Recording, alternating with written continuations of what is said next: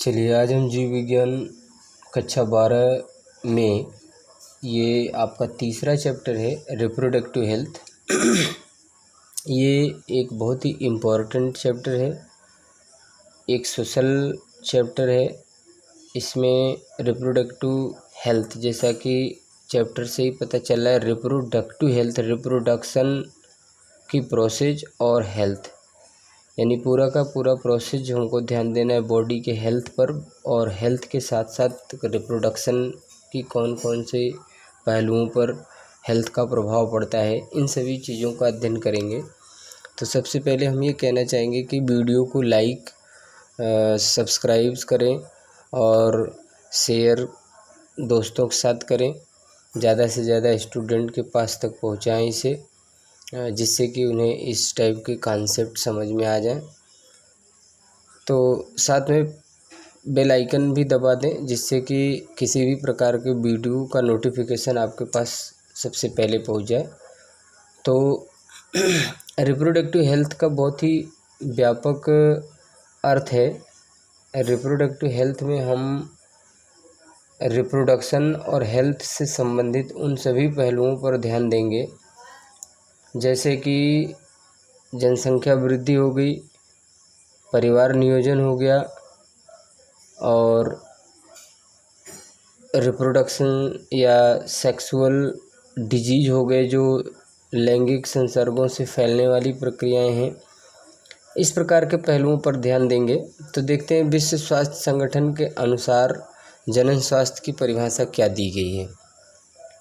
विश्व स्वास्थ्य संगठन यानी WHO वर्ल्ड हेल्थ ऑर्गेनाइजेशन के अनुसार जनन स्वास्थ्य का तात्पर्य जनन के समस्त पहलुओं, जिसमें शारीरिक फिजिकल, इमोशनल, व्यवहारिक तथा सामाजिक भी सम्मिलित है का योग है। यानी WHO के अनुसार जनन स्वास्थ्य के अंतर्गत शारीरिक, भावनात्मक, व्यवहारिक तथा सामाजिक पहलुओं का अध्ययन करते हैं। इन सब पहलुओं पर ध्यान देने के लिए जनन स्वास्थ्य का अध्ययन आवश्यक हो गया। अब यहाँ पर आप इन शब्दों का बहुत ही व्यापक अर्थ है, शारीरिक शब्द, भावनात्मक शब्द, ये बता रहे हैं कि रिप्रोडक्शन का प्रभाव शरीर पर क्या पड़ता है, और उसके साथ साथ रिप्रोडक्शन से हानि और लाभ क्या होता है। इन सारी प्रक्रियाओं का ध्यान देंगे। भावनात्मक, यहाँ तक कि इमोशनल, जो व्यवहारिक हैं, जो जैसे रिलेशन से संबंधित एक दूसरे से भाव जुड़े होते हैं, उस प्रकार से इसका क्या असर पड़ता है। व्यवहारिक यानी व्यवहार में, जिससे कि आप समझ ही सकते हैं कि सेक्सुअल पार्टनर के बीच व्यवहारिक किस प्रकार की प्रक्रिया होनी चाहिए। तथा सामाजिक, क्योंकि रिप्रोडक्शन एक सामाजिक प्रक्रिया है। हमने आपको पहले ही बताया कि यह एक सोशल टॉपिक भी है, क्योंकि इसमें हम लोग समाज से संबंधित बातों का भी ध्यान देते हैं। जनसंख्या वृद्धि का नियंत्रण करना, जनसंख्या वृद्धि के साथ साथ अनवांटेड जो संतान होते हैं, जो अवांछनीय संतान है, जैसे किसी भी प्रकार के रोगग्रस्त संतान हैं, उन्हें जनन न करने देना, इन सभी चीज़ों पर ध्यान देते हैं।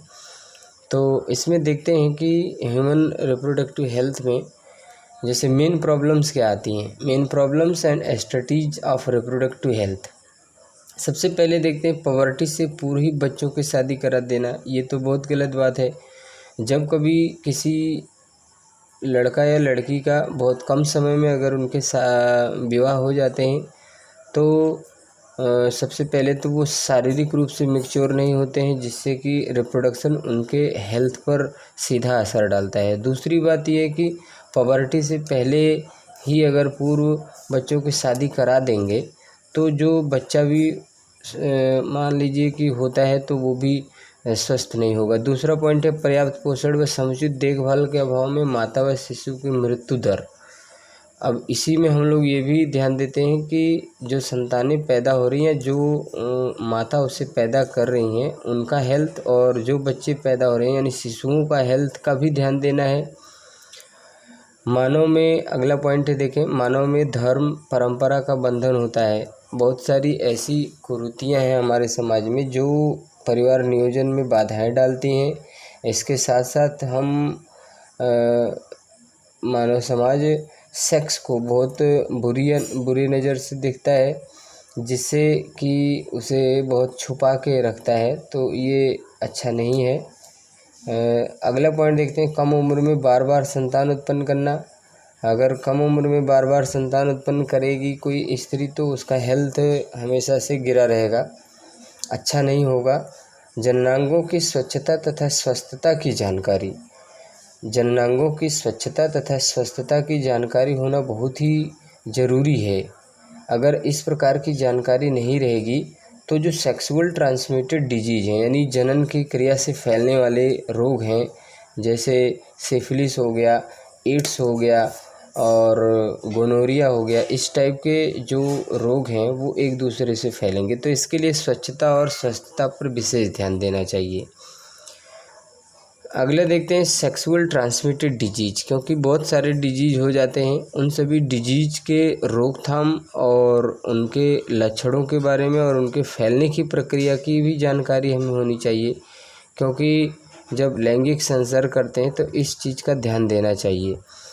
तो जो रोग लैंगिक संसर्ग व जनन मार्गों से संक्रमित व फैलते हैं, लैंगिक संचरित रोग कहते हैं, sexual transmitted disease, STD short में इसे कहते हैं।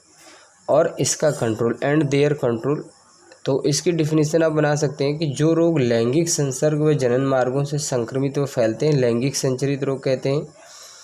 जैसे सिफिलिस है, उपदंस है, इसे हिंदी में उपदंस और इंग्लिश में सिफिलिस कहते हैं। इसमें जननांगों के घाव, खरोच आदि के माध्यम से ट्रिपेनोमा पालिडम, ये एक टाइप का बैक्टीरिया है, के संक्रमण से होता है। ये नोट करना है आपको, ध्यान देना है।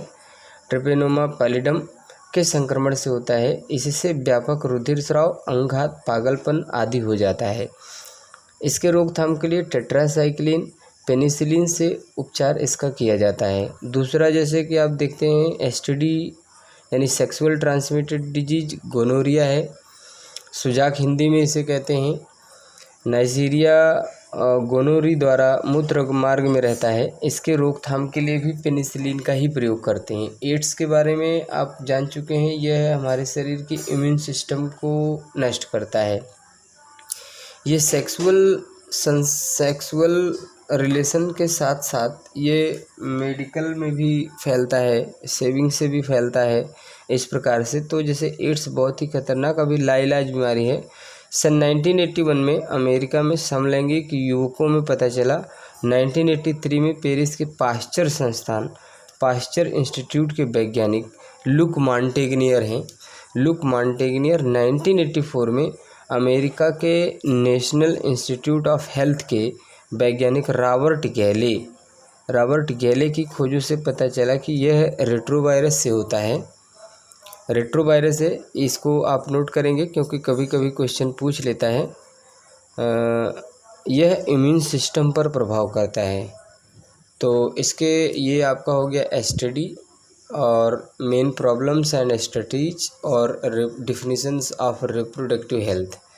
अगला वीडियो इसी चैप्टर से आगे के टॉपिक नेक्स्ट वीडियो में आपको मिलेंगे। Thank you.